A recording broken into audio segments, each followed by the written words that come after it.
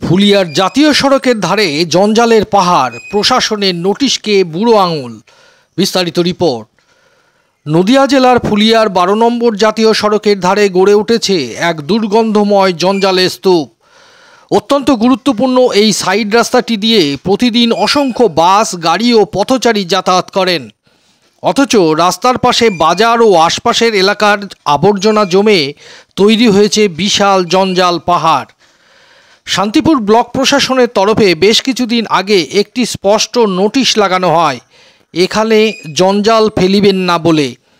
কিন্তু সেই সতর্কীকরণ নোটিশকে কার্যত উপেক্ষা করেই চলছে অসচেতন কিছু মানুষ। এলাকার পরিবেশ এখন দুর্গন্ধে ভরে গেছে। রাস্তাটি দিয়ে চলাচল যেন নরক যন্ত্রণা, এমনটাই বলছেন স্থানীয় বাসিন্দারা। প্রশাসনের উদ্যোগকে বুড়ো আঙুল দেখিয়ে প্রতিদিনই এখানে ফেলা হচ্ছে ময়লা। সাধারণ মানুষের দাবি, সমস্যার স্থায়ী সমাধানে প্রয়োজন প্রশাসনের কঠোর নজরদারি ও জরিমানার ব্যবস্থা করা। কয়েকজনকে দৃষ্টান্তমূলক শাস্তি দিলেই তবে থামবে এই জঞ্জাল ফেলার প্রবণতা, এমনটাই মনে করছেন সকলে। প্রশ্ন উঠছে, প্রশাসন কি এবার কার্যকর কোনো ব্যবস্থা নেবে, নাকি ফুলিয়াবাসীকে আরও দিন কাটাতে হবে এই দুর্গন্ধ অসহনীয় পরিস্থিতির মধ্যে দিয়ে? দেখুন সেখানকার চিত্র। ব্যুরো রিপোর্ট, বাংলার প্রতিনিধি।